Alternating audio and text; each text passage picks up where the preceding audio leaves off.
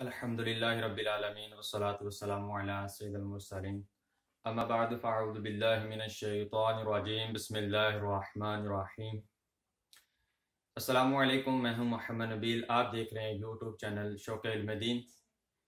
कल हमने खलासतुन नहव का पहला सबक पढ़ा था, लफ्ज़ और उसके अक़साम। आज हम खलासतुन नहव का दूसरा सबक पढ़ेंगे, अद्दसुसानी, इसम, फ़ेल, हरफ और उनकी अलामात के बारे में हम पढ़ेंगे।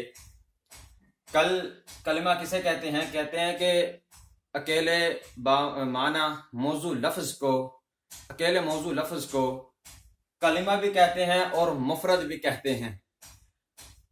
तो वीडियो शुरू करने से पहले मैं आपको बताता चलूं, अगर आप हमारे चैनल पर नए हैं तो हमारे चैनल को सब्सक्राइब करें, वीडियो को लाइक करें और शेयर करें ताकि हमारी हर आने वाली नई वीडियो का नोटिफिकेशन आपको मिलता रहे। तो वीडियो को शुरू करते हैं।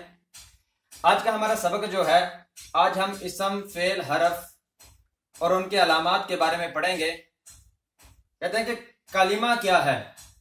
कल के सबक में मैंने पढ़ा था कि अकेले मौजू लफ्ज को मुफरद या कलिमा कहते हैं।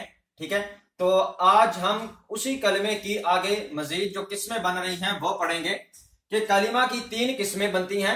पहला, या तो कलिमा इसम होगा, या फिर फेल होगा, या फिर हरफ होगा। अब हम इन तीनों की आगे डेफिनेशन करेंगे कि इसम किसे कहते हैं, फेल किसे कहते हैं और हरफ किसे कहते हैं। हम इसम के बारे में गुफ्तगू करते हैं पहले कि इसम किसे कहते हैं। कहते हैं कि वो कलिमा जो अकेला अपने माना पर दलालत करे लेकिन उसमें कोई जमाना ना पाया जा रहा हो। अकेला अपने माना पर दलालत भी करे और तीनों जमानों में से कोई जमाना भी उसमें ना पाया जा रहा हो।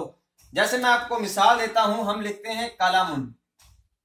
अब यहां पे हमने कलामुन लिख दिया, ये कलामुन ये इसम है। इसम कैसे पता चला कि ये कलम, लिखने वाला कलम, ये खुद ब खुद अपने माना पर दलालत भी कर रहा है। दलालत करने के साथ साथ इसमें तीनों जमानों में से कोई माना भी नहीं पाया जा रहा, कोई जमाना मौजूद भी नहीं है, इसलिए ये इसम है। अब हम फेल की तरफ आते हैं कि फेल किसे कहते हैं। कहते हैं कि जो वो कलिमा जो अपने माना पर खुद ब खुद दलालत भी करे और तीनों जमानों में से कोई एक जमाना उसमें पाया जाए, उसे फेल कहते हैं। जैसे मैं आपको मिसाल देता हूं, यहां पर नासारा लिख देते हैं, ये फेल है, अपने माना पर खुद ब खुद दलालत भी कर रहा है। दलालत करने के साथ साथ इसमें तीनों जमानों में से एक जमाना भी पाया जा रहा है, जमाना माजी इसमें मौजूद है, इसलिए यह फेल है। आगे हरफ, हरफ किसे कहते हैं? कहते हैं जो कलिमा अकेला अपने माना पर दलालत ना करे, अपने माना पर दलालत ना करे बल्कि इसम और फेल के साथ मिलकर उसका माना समझ में आए, उसे हरफ कहते हैं। मिसाल देता हूं मैं आपको, इसकी मिसाल आती रहती है मिन। ये एक ऐसा हरफ है जो इसम और फेल के साथ मिलकर अपना माना मुकम्मल करता है, बल्कि अकेला इसका माना समझ में नहीं आता। ये थे इसम, फेल और हरफ की तारीफ। इसम किसे कहते हैं, फेल किसे कहते हैं और हरफ किसे कहते हैं। अब हम चलते हैं इस बात की तरफ, हमें कैसे पता चलेगा कि ये इसम की अलामत है, ये इसम है, ये फेल है और ये हरफ है। ये हम जानने के लिए सबसे पहले हम इसम की अलामात बयान करते हैं कि इसम की अलामात क्या है। इसम की जो अलामात हैं, सबसे पहले हम बयान करते हैं अलिफ लाम का होना, ये इसम की अलामात में से है। अलिफ लाम की मैं आपको मिसाल देता हूं, जैसे हम यहां पर लिख देते हैं कि अल कालामु, ये क्या है? ये इसम है। अलिफ लाम का होना ये क्या है? ये इसम पाया जा रहा है इसमें, ये इसमें अलिफ लाम है, ये इसम की अलामत है, इसलिए ये इसम है। आगे हम दूसरा चलते हैं कि इसम की दूसरी अलामत क्या है, जिससे हमें पता चलेगा कि ये लफ्ज क्या है, ये कलिमा क्या है, ये इसम है।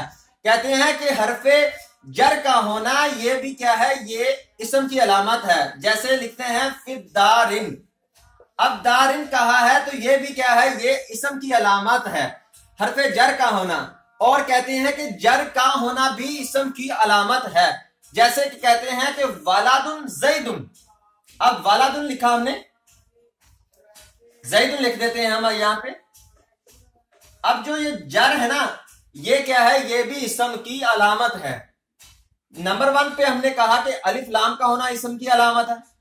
उसके बाद हरफे जर का होना, ये फी ये क्या है, ये हरफे जर है, इसका होना ये भी इसम की अलामत है। अगर ये जर हो, जैसे वालदु ज़ैदिन, ठीक है, जर है, ये भी इसम की अलामत है।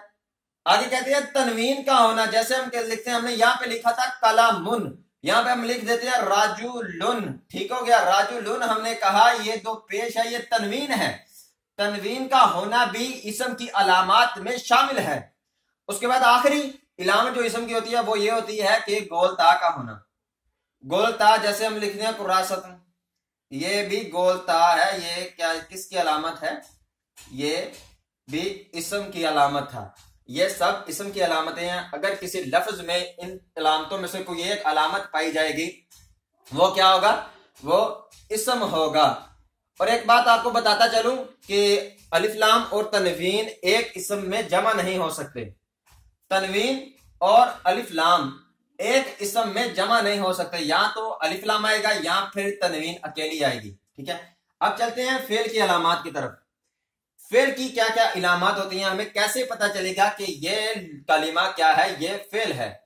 कहते हैं अगर कलिमे के शुरू में कद आ जाए, जैसे कि कद सामिया,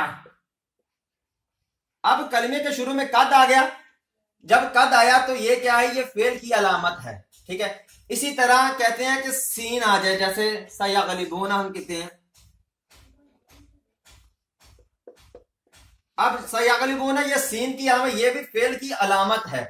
उसके बाद हम लिखते हैं यहां पर फेल की तीसरी जो अलामत होती है वो होती है सौफा, लिखते हैं सौफा यअलमून।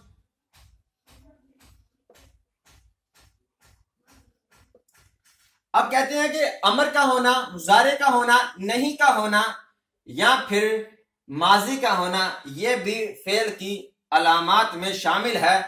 अमर हो, नहीं हो, मुजारे हो या फिर माजी आ जाए, ये तमाम की तमाम अलामात फेल की होती हैं। अगर इन इलामात में से किसी लफ्ज में ये अलामात पाई जाए तो वो क्या होगा, वो फेल होगा। अब चलते हैं हरफ की तरफ। हरफ की अलामात कौन सी होती हैं? कहते हैं कि इसम और फेल की कोई अलामत ना होना हरफ की अलामत है। इसम की भी कोई अलामत ना हो और हरफ की भी कोई, इसम और फेल दोनों में से कोई अलामत ना हो, वो क्या होती है, फेल की अलामत होती है। मिसाल के तो मतलब कि फेल की कोई अलामत नहीं है, फेल अलामत के बगैर होता है।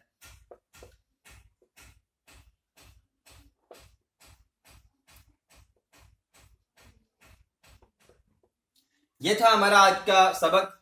हमने इसम, फेल, हरफ और उसकी इकसाम के बारे में हमने पढ़ा कि हरफ की क्या, हरफ के हमने पढ़ा था कि हरफ की अलामत कोई नहीं है, फेल की क्या अलामत है।